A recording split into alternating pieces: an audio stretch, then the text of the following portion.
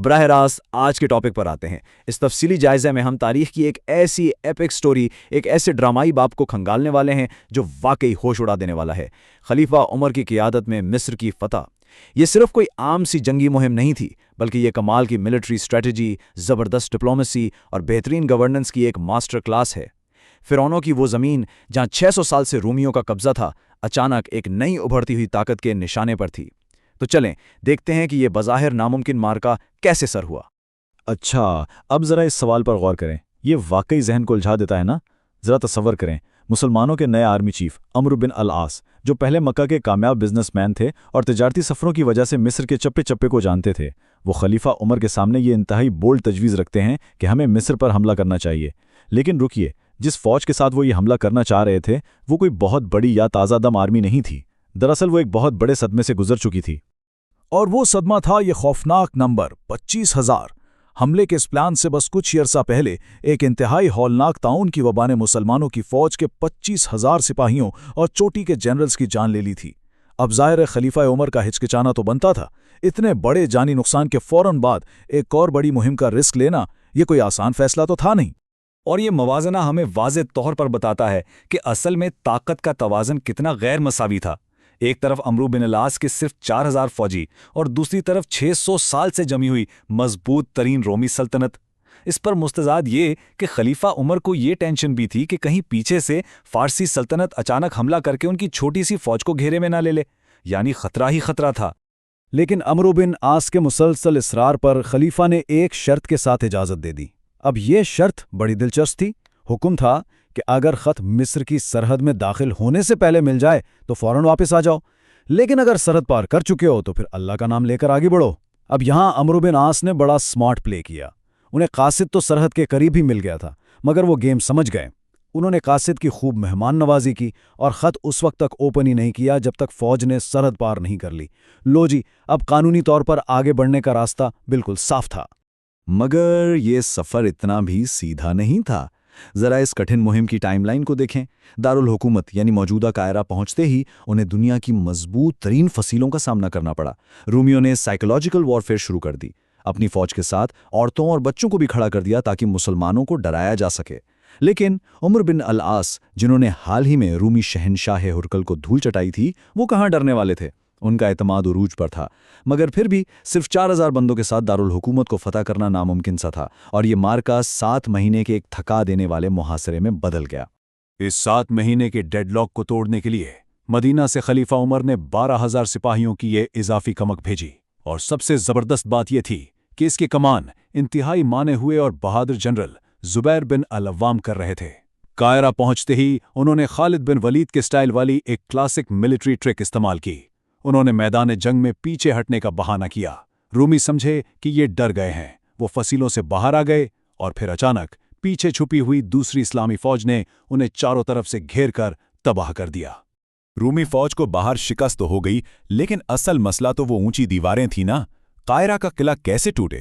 تو اس کے لیے زبیر بن العوام نے ایک ایسا نڈر قدم اٹھایا جو بالکل کسی فلمی سین جیسا لگتا ہے۔ رات کے کھپ اندھیرے میں وہ اپنی ایک چھوٹی سی ٹیم کے ساتھ انتہائی خاموشی سے دیواریں پھاند گئے، اندر گئے اور باہر کھڑی پوری فوج کے لیے مین گیٹ کھول دیے۔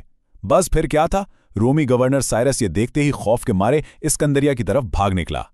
اب اس خون ریز جنگ کے بالکل بیچوں بیچ تاریخ ہمیں ایک بہت ہی خوبصورت اور نرم دلی کا واقعہ بھی دکھاتی ہے۔ جب فوج قاہرہ فتح کرنے کے بعد اسکندریہ جانے کے لیے اپنے خیمے پیک کر رہی تھی تو عمرو بن عاص نے دیکھا کہ ان کے خیمے کے اندر ایک کبوتر نے اپنا گھونسلہ بنا لیا ہے، اور اس میں اس کے چھوٹے چھوٹے بچے بھی ہیں۔ ذرا سوچئے، ایک ملٹری مہم کے دوران اس عظیم کمانڈر نے اس کبوتر کے گھر کو بچانے کے لیے اپنا خیمہ وہیں کھڑا رہنے دیا اور اسے نہ ہٹانے کا حکم دیا۔ اور یہ کوئی معمولی واقعہ نہیں تھا۔ عربی میں خیمے کو کہتے ہیں فستاد۔ کبوتر کے لیے چھوڑا گیا یہ واحد خیمہ آنے والے وقت میں ایک لینڈ مارک بن گیا۔ لوگ اس کے گرد آباد ہونے لگے، اور حیرت انگیز طور پر اسی سے مصر کے دارالحکومت کا نام فستاد پڑا، جو آج کا ماڈرن قاہرہ ہے۔ مطلب ایک پرندے پر رحم دلی نے ایک پورے شہر کی بنیاد رکھ دی۔ چلیں واپس جنگ کی طرف آتے ہیں۔ اگلا ٹارگٹ تھا اسکندریہ۔ سکندر اعظم کا بسایا ہوا یہ شہر اپنے وقت کا ماسٹر پیس تھا۔ مسلمانوں کے لیے اتنے بڑے جدید شہر کا محاصرہ بالکل نیا تجربہ تھا۔